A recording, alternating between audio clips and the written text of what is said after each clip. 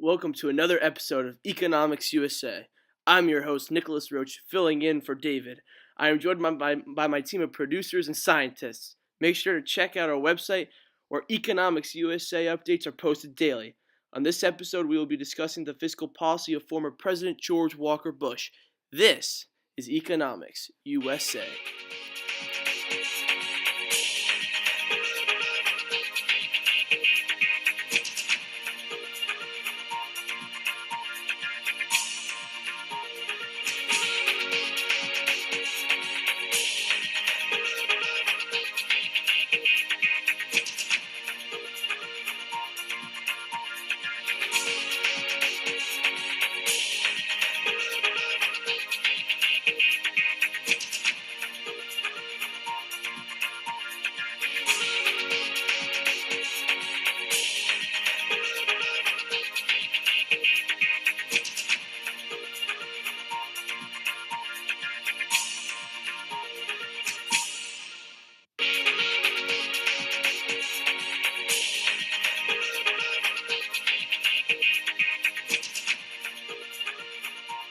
Economic policy was centered around putting money into the hands of consumers by cutting income taxes. In 2001, America was experiencing the triple shock of recession following the dot-com bubble, economic distribution due to a terrorist attack on September 11th, and corporate accounting scandals. Economics Will Chater remembers this like it was yesterday.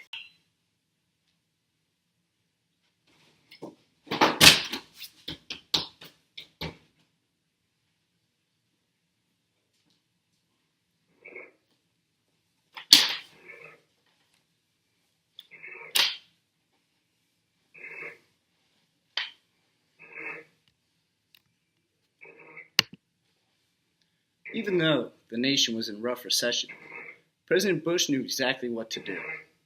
The country was able to overcome these challenges, in part because President Bush's tax relief put more money in families' pockets and encouraged businesses to grow and invest. Following the president's 2003 tax relief, the United States had 52 months of uninterrupted job growth, the longest run in record. He also increased military spending due to his terms overlapping with two separate wars. Bush demonstrated that letting people keep more of their own money leads to economic growth by encouraging businesses to grow and invest. Expert economist Lucas McCarthy is here to discuss this in more detail. Winky face.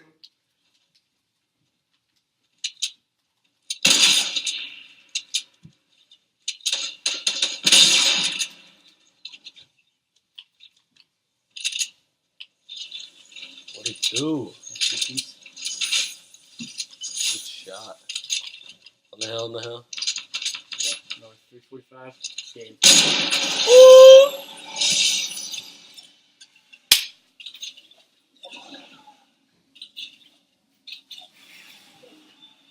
Brush that one off.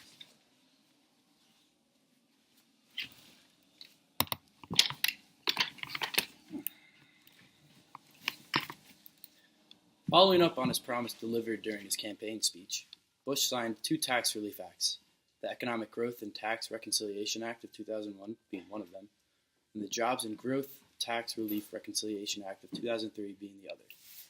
The acts lowered tax rates and simplified retirement and qualified plans rules, such as for individual retirement accounts, 401ks, and 403bs, and pension plans. Thank you, Lucas. Thank you so much for that compelling statement. Now, we talk about the war on terror and how Bush had another thing to handle on his plate. He now had to figure out how to raise the budget for his military usage and everything above. Chater?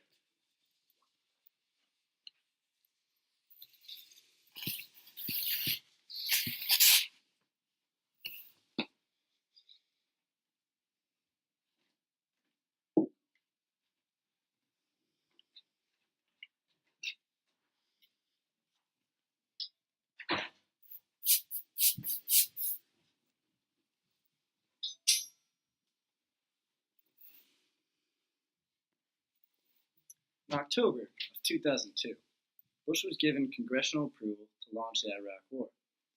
Incorporating the effects of September 11 and Operation Enduring Freedom in Afghanistan, President Bush's budgets were as follows: $329 billion in 2001, $351 billion in 2002, and $396 billion proposed for 2003. In 2003, Bush proposed to increase government spending by $48 billion. President Bush added $6 trillion to U.S. debt to fight the war on terror. He never planned on increasing the size of military, just its budget.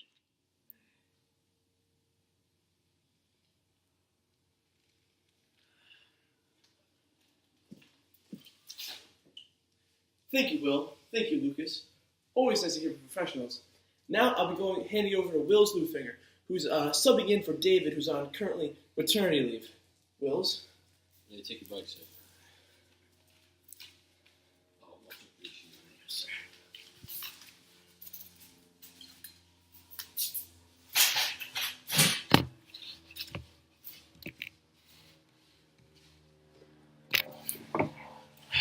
Thanks, Nick. As you can see on this graph, in the years following 2001, the percent of subprime mortgages increased dramatically. The percent of all new mortgages went up more than 15%. A subprime mortgage is a type of loan granted to individuals with poor credit scores who would not be able to qualify for traditional mortgages. Makes sense, eh? It led to a large decline in home prices after the collapse of the housing bubble in real estate.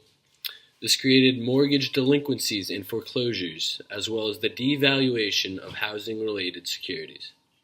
Thank you, Wills, for that great analysis and graph on the mortgage crisis. Now we turn to Finn Westrink, a 10-year professor at Westchester Community College, recently just getting his tenure. Congratulations, buddy. He'll be talking about a comparison between demand in goods and services and income GDP. Great job here. Let's get it going, Finn. Welcome, ladies and gentlemen. I'll be analyzing a graph on goods and services from Bush's presidency in 2001 post 9/11. Okay, so here we got a goods and services graph.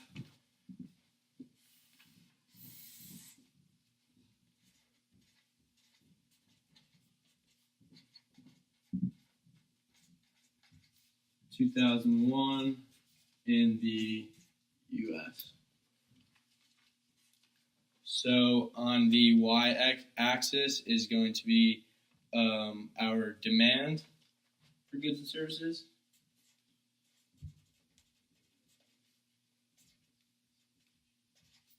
On our x-axis will be income and GDP.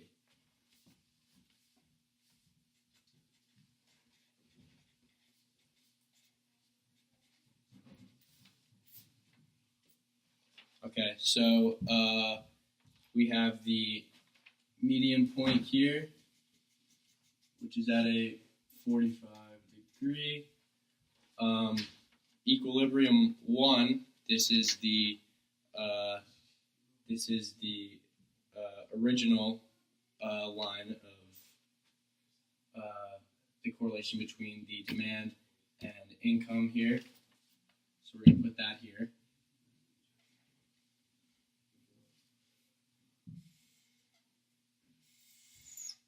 That is the original point on the graph, the original line.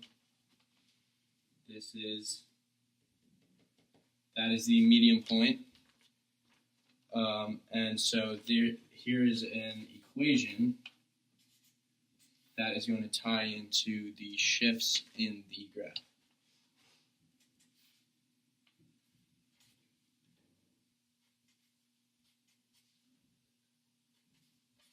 Pretty similar to the one that we've been working on in class.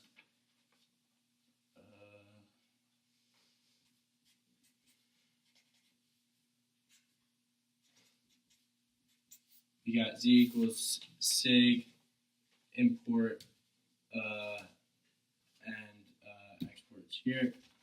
So Z equals the demand on goods and services.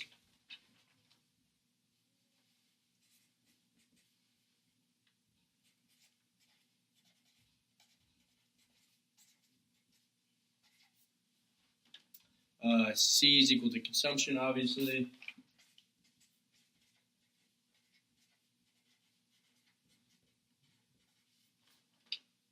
I is investment.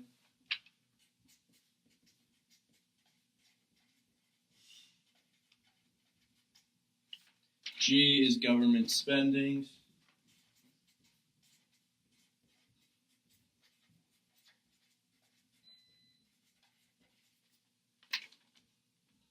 IM is equal to imports.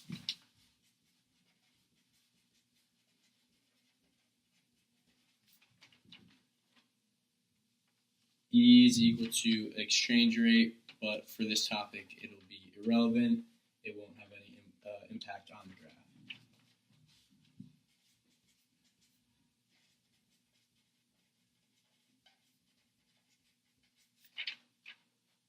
And X, the end here, is exports.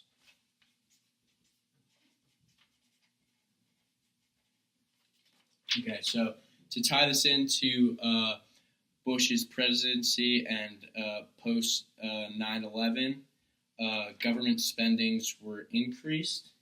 So here, this will be increased. So this G being a participle of Z, which is demand of goods and services, with that being increased, this will increase. And to represent this on the graph, there will be an increased median. There will be an upward shift.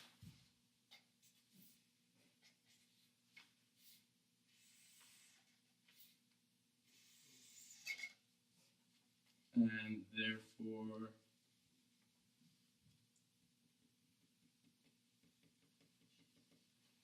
is there's a new point on the graph here.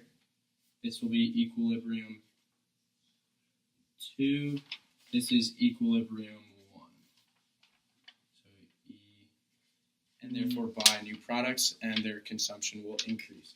So it's C increasing, increase in C. C as well as G is a participle of Z. And here's Z. It'll have the same effect on the graph as an increase in government spending. Label something above the median line here. From this is the original median, and an increase in consumption would create a higher median as well. I'm not going to draw it out because it would have the same effect as government spending, but as you can see here, as I showed you before, there will be an upward shift on the graph, creating a higher median, and therefore creating higher demand for goods and services, as well as a increase in income and GDP. And that is Bush's fiscal policy drawn up on a graph. Thank you. The tax cuts in the long run did not help the economy. A downward spiral occurred where no one could recover from it. Inequality in pay, turmoil with mortgages and loans, everything went wrong. Those making enough money could survive. Those who had few to nothing to live for did not. Here's a great example of someone who could not survive the economy. Come on, man. They just took my house. I'm making less than $20,000 a year. They took my house. Read this shit?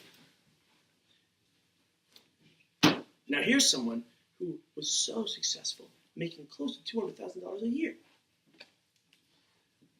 So during this 10-year fiscal period, obviously I made over $200,000 a year, so it really helped me. The tax cuts really helped me in the long run. Saved a bunch of money. So it was awesome. See, Bush 201, baby. no one really benefited, except those who were wealthy enough to strive. Thank you. This is Economics USA. My life be like